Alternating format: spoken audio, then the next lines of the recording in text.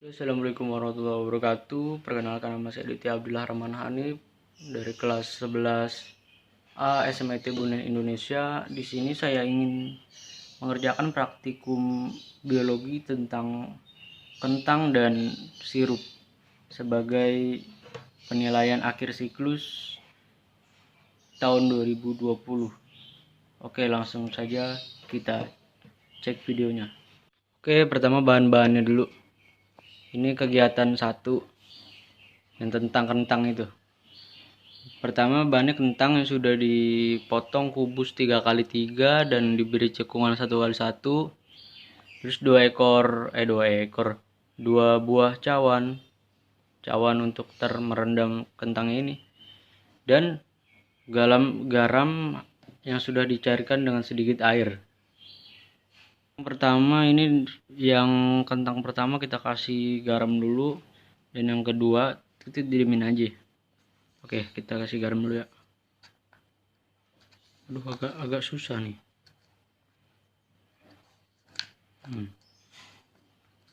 Nah, that's right. Yes.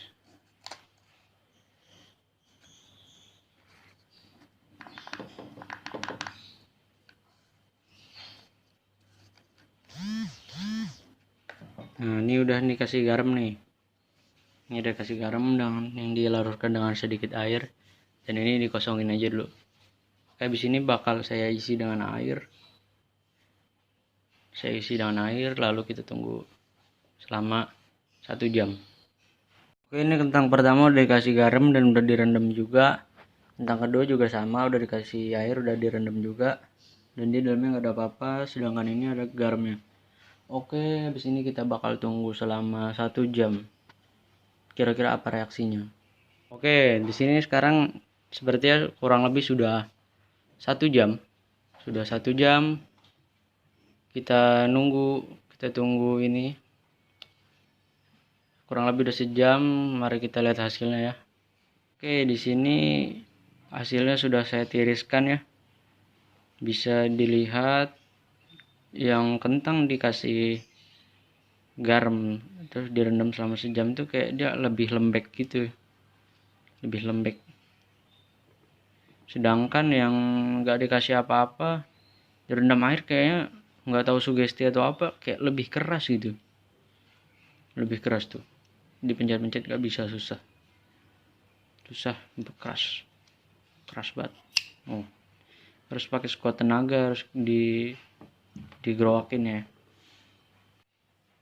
Oke, bisa disimpulkan dari tadi yang praktek tentang 2 kentang dimasukkan ke dalam direndam di air dan salah satunya dikasih garam.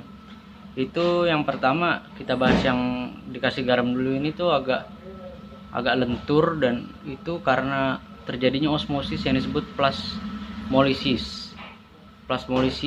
Karena itu dia keluarnya zat-zat air dari kentang disedot oleh larutan garam, disebut larutan garam. Jadi zat air keluar, dan dia jadi kayak agak rapuh gitu, dan protoplasmanya rontok sehingga membuat dia layu, lentur, dan agak lembek. Nah, sedangkan yang kentang kedua yang nggak dimasuki garam itu dia agak mengeras, karena dari air dia kan kentang mengandung air, dan direndam air dia akan semakin banyak airnya. Oke, mungkin ini saja yang bisa saya simpulkan dari praktek yang kentang. Lanjut ke praktikum yang kedua, yaitu reaksi ketika air dimasuki sirup. Oke, mari kita bahan-bahannya ada gelas dengan airnya dan sirupnya. Oke, mari kita cek selanjutnya. Ini langsung saja kita teteskan sirup perlahan-lahan. Bisa lihat warnanya langsung ngeblend gitu ya.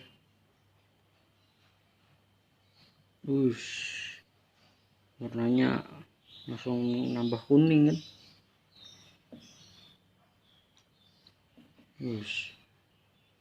ditetesin lama-lama jadi kuning. Dan coba kita tetes lagi. Bisa terlihat di sini jika saya tetesin tuh molekulnya terlihat sekali, molekul dari sirupnya nih. Bisa dicek, kita langsung tuangin aja semuanya. Airnya bisa berubah warna. Fokus. Oke, kesimpulan dari praktek yang mengenai sirup dimasukin ke air ini, dia